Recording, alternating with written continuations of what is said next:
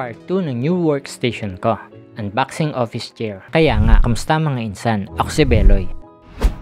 Second time ko umorder sa Shopee. This time ay ang office chair para sa aking bagong workstation. Ang in-order ko nga pala ay color black, yung may headrest. Kasama sa box ang inventory if complete ang parts sa kahon.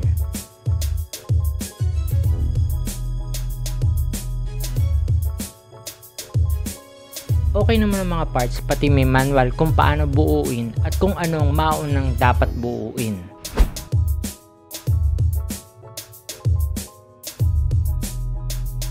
Kaya tara, itayo na natin to. Una muna ang base ng upuan, kung saan ikakabit muna ang 5 gulong. Noong una mababaw ang pagkakalagay ko ng isang gulong, hanggang malaman ko na kailangan pa pala i-push sa loob hanggang may marinig ka na mag-click.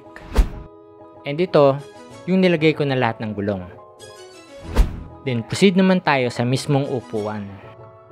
Una, ilalagay muna ang armrest. Tig 2 tornilyo magkabila. May kasama na pala siyang Allen wrench para panghigpit ng tornilyo. Check nyo lang yung image sa manual.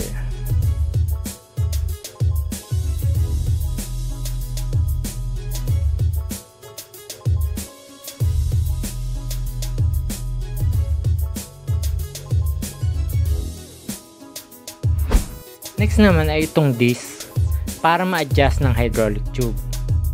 4 na tornilyo ang kailangan.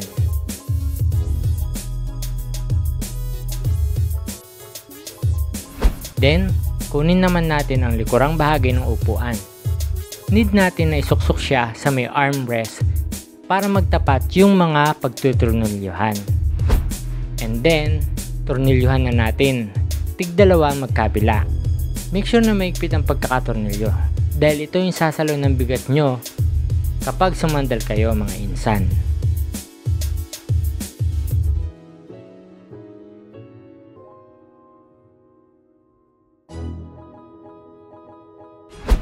Next, yung headrest. Isuksok lang naman siya at adjustable para masalo ang ulo mo. Last one, itong hydraulic tube. Ilagay mo muna insan sa may base, then saka may patong ang upuan.